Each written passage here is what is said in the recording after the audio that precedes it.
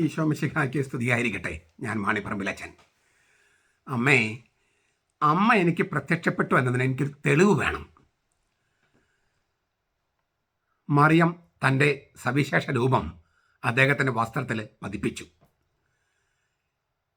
ഇങ്ങനെ ഒരു സംഭവം നടന്നു ചരിത്രത്തിൽ. ആ സംഭവത്തെ വിളിക്കുന്ന പേരാണ് ഗുഡലുപ്പെ സംഭവം. ഗുഡലുപ്പെ എന്ന് പറയുന്ന സ്ഥലത്ത് മെക്സിക്കോയിൽ മറിയത്തെ വണങ്ങാനുള്ള ഒരു കാരണമായി തീർന്നു. അത് അന്ന് ഈ യുവാൻ ദിയേഗോ എന്ന് പറഞ്ഞ ആളാണ് അമ്മ എനിക്ക് പ്രത്യക്ഷപ്പെട്ടതിന് തെളിവ് വേണം, എനിക്ക് ഈ തെളിവ് വേണമെന്ന് പറഞ്ഞ് അങ്ങനെ അദ്ദേഹത്തിൻ്റെ വസ്ത്രത്തിൽ മറിയം തൻ്റെ ചിത്രം പതിപ്പിച്ചു എന്ന് പറയുന്ന ആ ചിത്രമാണ് ഇത്. ഗുഡലുപ്പയിലെ ചിത്രം നിങ്ങൾക്ക് പരിചയമുള്ള ചിത്രമായിരിക്കും. ഇപ്പോഴത്തെ കണക്കനുസരിച്ച് ഒരു 30-35 ദശലക്ഷം ആളുകളാണ് ഗുഡലുപ്പയിലെ മരി ചിത്രം കാണാൻ എത്തുന്നത്. 35 ദശലക്ഷം ആളുകൾ ഒരു വർഷം. ആ മരി ചിത്രം അങ്ങനെ എനിക്ക് പ്രത്യക്ഷപ്പെട്ടു എന്നതിന് തെളിവ് വേണമെന്ന് പറഞ്ഞ് ഈ യുവാൻ ദിയേഗോ ചോദിച്ചപ്പോൾ മറിയം പതിപ്പിച്ച ചിത്രം, അത്ഭുതകരമായ ഒരു ചിത്രം. ആ തെളിവ് ആവശ്യപ്പെട്ട ആളാണ് നമ്മൾ പറഞ്ഞു യുവാൻ ദിയേഗോ, മെക്സിക്കോയിൽ നിന്നുള്ള വിശുദ്ധൻ. 1474 അദ്ദേഹം ജനിച്ചത്. 1548 അദ്ദേഹം മരിച്ചത്. അമേരിക്കയിൽ നിന്ന് വിശുദ്ധനെ പ്രഖ്യാപിക്കപ്പെടുന്ന ആദ്യത്തെ ആളാണ്.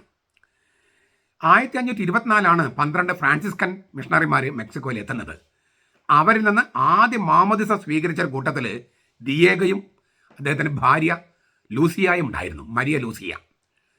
ദിയേഗോ മരിച്ച് അധികം നാൾ കഴിയുന്നതിന് മുമ്പ് തന്നെ അദ്ദേഹത്തിന് മറിയം പ്രത്യക്ഷപ്പെട്ട സ്ഥലത്തേക്ക്, ഗുഡലുപ്പെ സ്ഥലത്തേക്ക് ആളുകൾ ഒഴുക്കായിരുന്നു.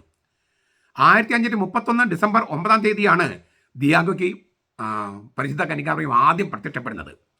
ഞാൻ മറിയമാണ് സത്യദൈവത്തിൻ അമ്മയാകാൻ ഭാഗ്യം ലഭിച്ചകൾ എന്ന് പറഞ്ഞുകൊണ്ടാണ് മറിയം ഈ ദിയേഗോയ്ക്ക് സ്വയം പരിചയപ്പെടുത്തിയത്. 2 ദിവസം കഴിഞ്ഞപ്പോൾ ദിയേഗോയുടെ അമ്മാവന് രോഗം പിടിപെട്ടു. അമ്മയുടെ ആങ്ങളയ്ക്ക് ഒരു വൈദികനെ തേടി ഇറങ്ങുകയാണ് ദിയേഗോ. വഴിയിൽ വെച്ച് മറിയം വീണ്ടും പ്രത്യക്ഷപ്പെട്ടു. എന്നിട്ട് പറഞ്ഞു, നിന്റെ അമ്മയായ ഞാൻ ഇവിടെ ഇല്ലേ? നിന്റെ അമ്മയായ ഞാൻ ഇവിടെ ഇല്ലേ?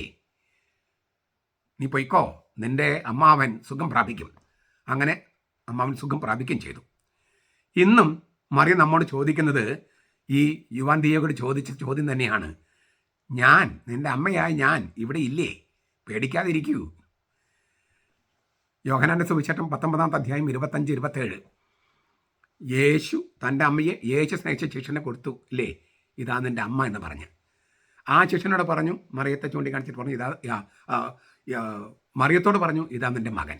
അവിടെ എഴുതിയിരിക്കുകയാണ്, ആ നിമിഷം മുതൽ അവൻ, യേശു സ്നേഹിച്ച ശിഷ്യൻ, അവളെ തൻ്റേതായി സ്വീകരിച്ചു. തൻ്റെ ഭവനത്തിൽ സ്വീകരിച്ചു എന്നോ തൻ്റെ അമ്മയായി സ്വീകരിച്ചു എന്നോ പലതരത്തിൽ മനസ്സിലാക്കാം. അത് യേശു സ്നേഹിച്ച ശിഷ്യൻ, യോഹന്നാൻ എന്ന് അവിടെ എഴുതിയിട്ടില്ല. യേശു സ്നേഹിച്ച ശിഷ്യൻ എന്ന് വെച്ചാൽ യേശു സ്നേഹിച്ച എല്ലാ ശിഷ്യന്മാരുടെയും പ്രതിനിധിയായിട്ടാണ് അയാൾ അവിടെ നിൽക്കുന്നത്. അങ്ങനെ യേശു സ്നേഹിച്ച എല്ലാ ശിഷ്യന്മാർക്കും അമ്മയായി യേശുവിൻ്റെ അമ്മയെ നൽകി. ആ യേശുവിൻ്റെ അമ്മയ്ക്ക് യേശു സ്നേഹിച്ച ശിഷ്യന്മാരെയും നൽകി. ഇത് നമ്മുടെ സത്യവേദ പുസ്തകത്തിലില്ലേ? നമ്മുടെ ബൈബിളിലില്ലേ? അപ്പം മറിയത്തെ യേശു ക്രിസ്തു തന്നെയല്ലേ നമുക്ക് അമ്മയായി നൽകിയിരിക്കുന്നത്?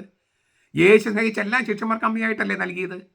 എന്നിട്ട് നമ്മുടെ പെന്തക്കോസ്തക്കാർ, ദൈവസഭക്കാർ, യഹോവ സാക്ഷികൾ അവരെല്ലാം ഈ മറിയത്തെ ഇങ്ങനെ ആക്ഷേപിക്കുന്നത് തിരുവചനത്തെ അവഹേളിക്കുന്നതിനും യേശു ക്രിസ്തുവിനെ ദൈവനിന്ദ വഴി ആക്ഷേപിക്കുന്നതിനും തുല്യമല്ലേ?